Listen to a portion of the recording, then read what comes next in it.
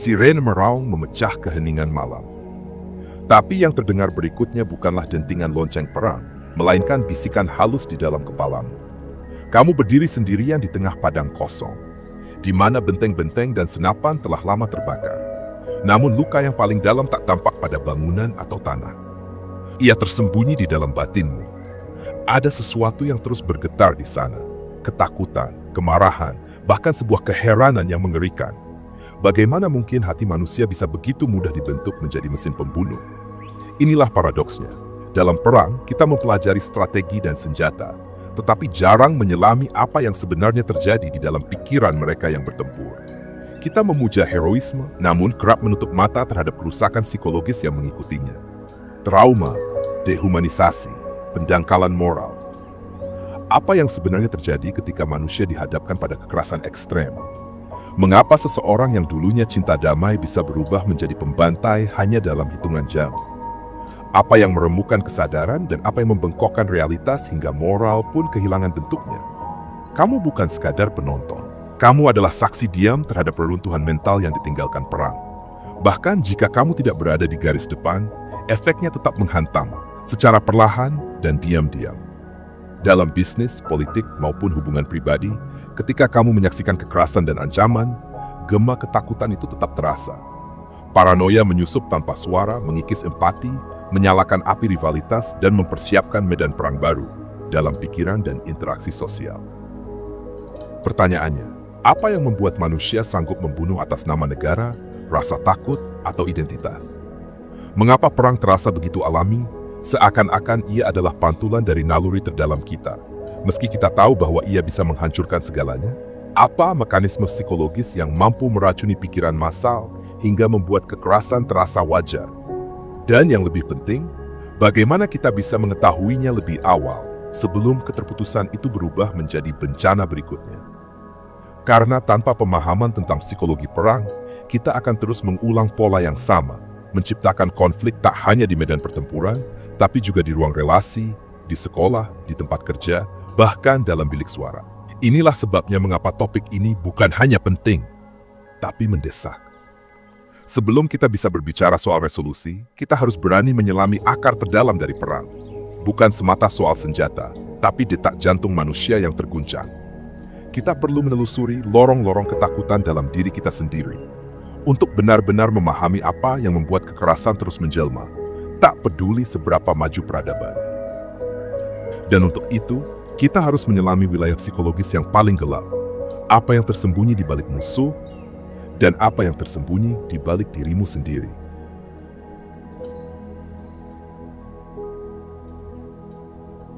Perang tidak pernah dimulai dengan senjata.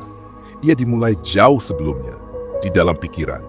Sebelum peluru pertama ditembakkan, sebuah narasi sudah ditanamkan. Tentang kita dan mereka. Tentang kebenaran dan pengkhianatan. Tentang siapa yang pantas hidup dan siapa yang harus dilenyapkan. Dan narasi ini tidak muncul tiba-tiba. Ia tumbuh dari ketakutan purba yang hidup dalam spesies manusia. Rasa ingin selamat. Otak kita, khususnya bagian amigdala, dirancang untuk mendeteksi ancaman. Tapi dalam dunia modern yang kompleks, persepsi bahaya tidak selalu nyata. Kadang hanya dibentuk oleh cerita yang terus diulang, oleh media, pemimpin, dan trauma kolektif. Inilah akar tersembunyi perang. Kebutuhan psikologis akan identitas dan keamanan. Ketika kita merasa kehilangan kendali, kita cenderung membelah dunia menjadi dua. Kelompok kita, in-group, dan kelompok lain, out-group. Dan begitu yang lain dianggap sebagai ancaman terhadap eksistensi kita, baik secara fisik, moral, maupun budaya.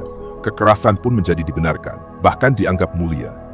Itulah sebabnya setiap perang memiliki mitologinya sendiri. Kami membela tanah air. Mereka biadab, ini untuk masa depan anak cucu. Padahal dalam banyak kasus, mereka yang dibunuh tak jauh berbeda dengan kita. Sama-sama takut, merindukan rumah, dan ingin hidup. Filsuf Thomas Hobbes pernah berkata bahwa dalam kondisi alami, manusia adalah serigala bagi sesamanya. Tapi benarkah itu? Atau hanya cerminan dari trauma budaya kita sendiri? Jean-Jacques Rousseau justru percaya bahwa manusia pada dasarnya baik, dan perang lahir dari korupsi masyarakat. Mana yang benar? Mungkin keduanya. Karena yang menjadi masalah bukan hanya niat, tapi kondisi psikologis yang memungkinkan kekerasan. Perang membutuhkan 3 hal. 1. Narasi pembenaran. 2. Dehumanisasi musuh. 3. Hilangnya rasa tanggung jawab individu di dalam struktur kolektif. Psikolog Philip Zimbardo, melalui eksperimen penjaranya yang terkenal, menunjukkan bahwa manusia biasa dapat berubah menjadi monster hanya karena sistem yang memberinya izin moral. Begitu kamu merasa hanya menjalankan perintah, kamu berhenti bertanya apakah yang kamu lakukan itu benar. Ini bukan hanya terjadi di militer. Dalam kehidupan sehari-hari pun, kita melihat versi kecilnya. Bullying di sekolah, kekerasan domestik, pengucilan sosial terhadap yang berbeda. Setiap kali kamu menolak melihat kemanusiaan dalam diri orang lain, benih perang tumbuh dalam dirimu. Dan semakin sering kamu merasa takut, semakin besar keinginanmu untuk mencari musuh di luar sana. Meskipun yang sesungguhnya kamu takuti adalah kekacauan di dalam dirimu sendiri. Maka psikologi perang bukan hanya tentang medan tempur, tapi juga tentang ruang terdalam dalam batin manusia. Ruang yang diisi oleh rasa kehilangan, ketidakpastian, dan hasrat untuk mengontrol realitas yang tak bisa dikendalikan. Pertanyaannya sekarang, apa yang terjadi pada jiwa dan masyarakat ketika benih ini dibiarkan tumbuh tanpa disadari? Apa akibat tersembunyi dari perang yang tidak pernah kita bahas dalam buku sejarah? Karena pada dasarnya, luka terdalam dari perang bukan terletak pada tubuh, melainkan pada cara manusia memandang sesamanya. Dan luka tersebut bila tidak disembuhkan, akan menyebar secara diam-diam ke generasi selanjutnya.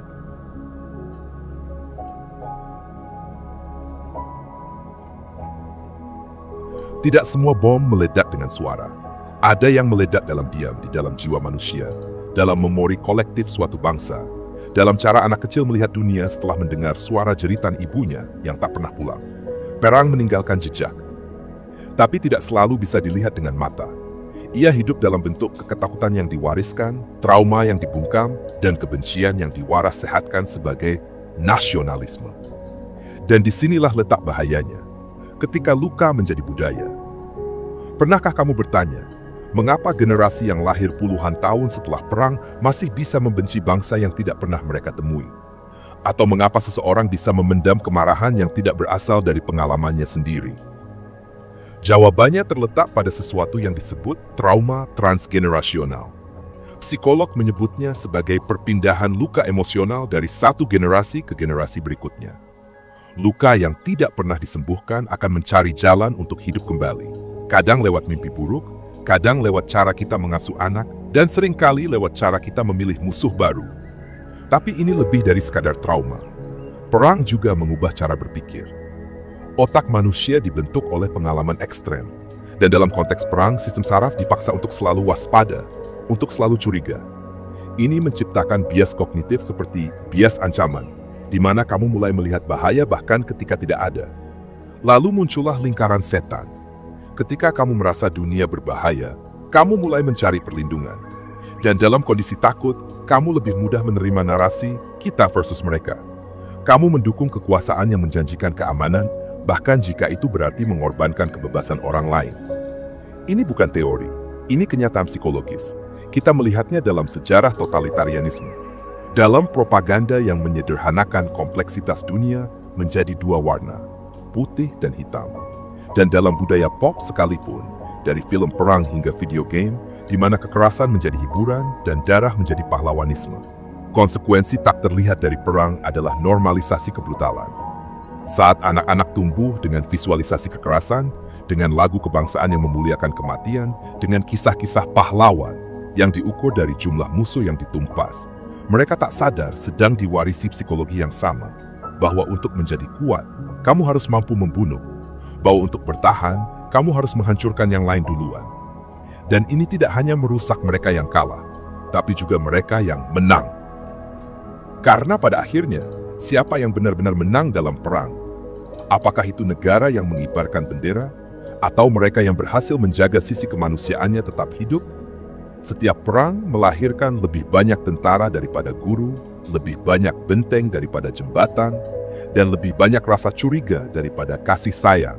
Tapi yang paling mengerikan adalah ketika masyarakat berhenti menyadari bahwa mereka sedang terluka. Ketika mereka hidup dalam reruntuhan psikologis, tapi menganggapnya sebagai rumah. Maka sebelum kita berbicara tentang perdamaian dunia, kita harus berani melihat ke dalam. Berapa banyak luka perang yang masih hidup dalam pikiran kita? Berapa banyak keyakinan yang sebenarnya hanya sisa trauma kolektif yang belum disembuhkan? Dan lebih penting lagi, apakah kita benar-benar ingin sembuh atau kita hanya ingin menang?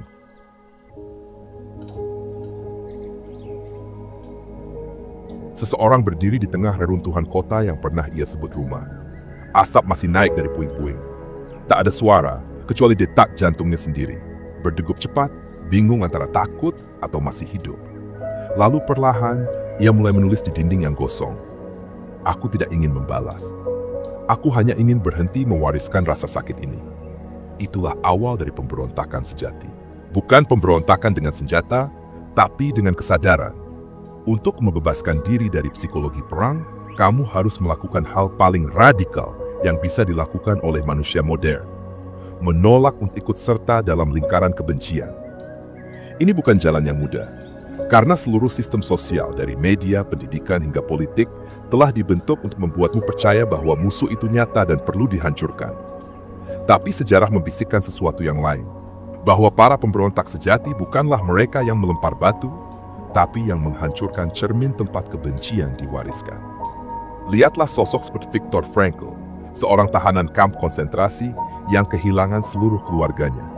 Dia tidak keluar dengan amarah, tapi dengan pemahaman mendalam bahwa makna hidup bisa ditemukan bahkan di dalam penderitaan paling brutal. Dia menolak menjadi korban kebencian, dan malah menjadi penulis Man's Search for Meaning, buku yang menyelamatkan jutaan jiwa dari keputusasaan. Atau lihat Thich Nhat Hanh, biksu Vietnam yang hidup di tengah perang Vietnam. Alih-alih memihak, dia memilih jalan interbeing, sebuah pandangan bahwa tidak ada aku tanpa kamu, tidak ada musuh tanpa manusia. Dengan meditasi dan welas asih, dia menunjukkan bahwa kedamaian bukanlah hasil dari perjanjian politik, tapi dari revolusi batin.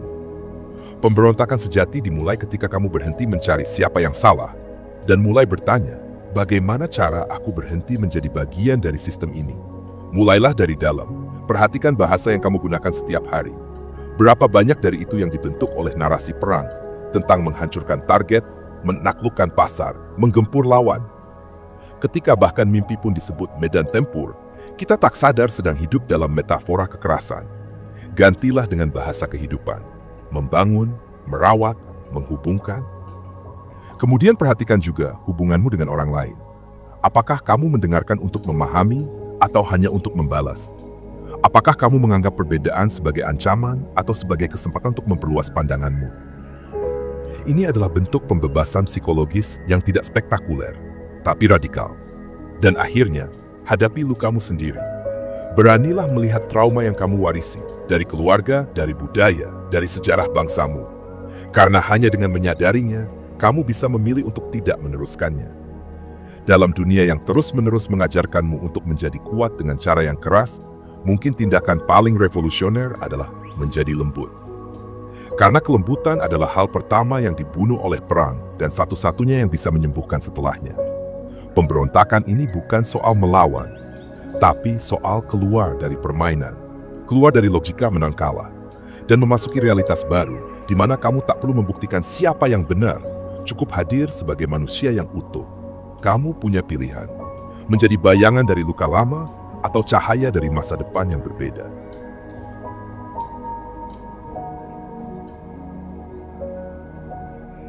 Kamu duduk di tengah hutan sunyi. Tak ada suara senjata, tak ada propaganda, tak ada lawan. Hanya kamu dan napasmu sendiri.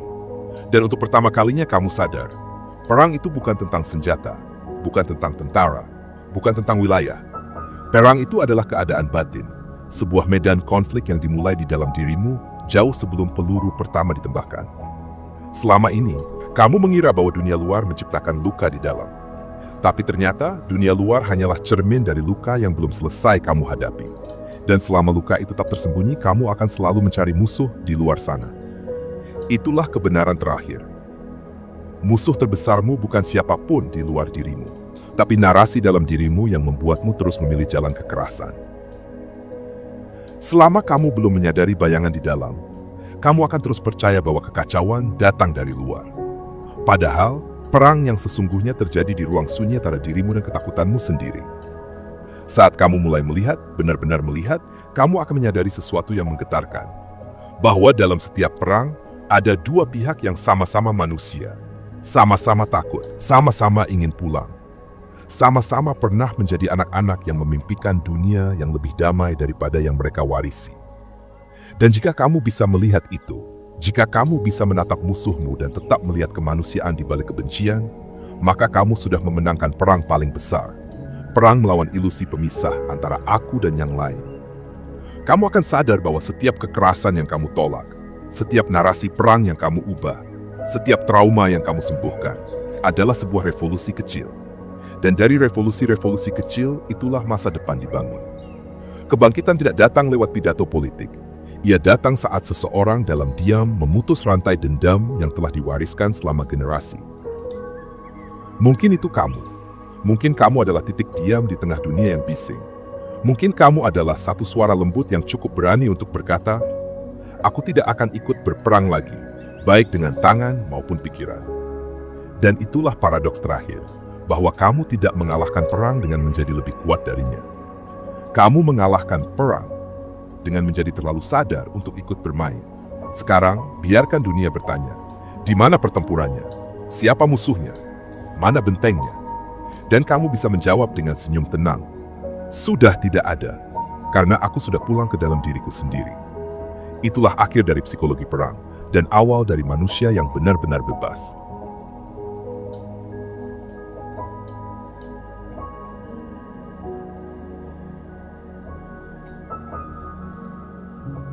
Terima kasih sudah menonton sampai akhir.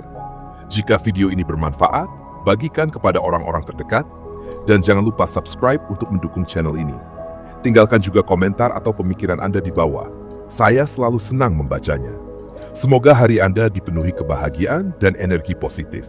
Sampai jumpa di video berikutnya.